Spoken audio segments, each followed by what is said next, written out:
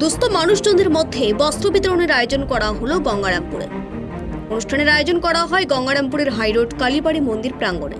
এদিন সেখানে উপস্থিত ছিলেন সাহিত্যিক প্রণব সরকার, প্রাক্তন অধ্যাপক শ্যামল মুখার্জি, গঙ্গারামপুর ব্যবসায়ী সমিতির সম্পাদক কমলেশ ফৌজদার, হাইরোড কালীবাড়ি মন্দির কমিটির সম্পাদক তপন বসাক, ইউনিভার্স লাইট ক্লাবের অন্যতম কর্মকর্তা অমিত কৃষ্ণ সাহা, অভিজিৎ সাহা সহ প্রমুখ। 6 বছর ধরে ইউনিভার্স লাইট ক্লাব ও কালীবাড়ি মন্দির কমিটির ভিক্ষুকদের দুপুরে এদিন খাবারের ব্যবস্থা করেছেন। এদিন ছিল বার্ষিকী অনুষ্ঠান, সেই উপলক্ষে বস্ত্রদানেরও আয়োজন করা হয়। এ বিষয়ে ইউনিভার্স লাইট ক্লাবের অন্যতম কর্মকর্তা অমিত কৃষ্ণ সাহা জানিয়েছেন,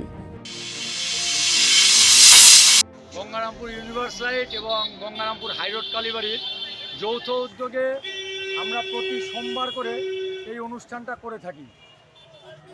আর 30শে এপ্রিল 2018 সালে আমাদের এই প্রোগ্রামটা শুরু হয়।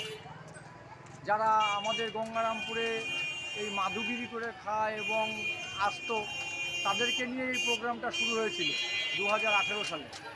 আজকে 2024 সাল 29শে এপ্রিল আমরা 6 বছর পূর্ণ করলাম এই নরনারায়ণ সেবাটা।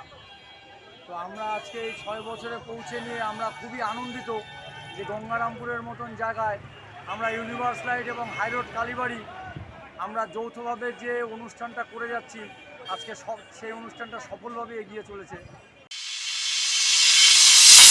মূল প্রয়োজন শিক্ষাটা অনেক দূরের ব্যাপার, সেটা নয় ছেড়েই দিলাম, কিন্তু এই 3টা জিনিস না হলে আমরা চলতে পারবো না। খাদ্য শুধু আমরা খাবার জন্য তো না, আমাদের শারীরিক দিক থেকে প্রয়োজন আছে, আমাদের চলাফেরার প্রয়োজন আছে।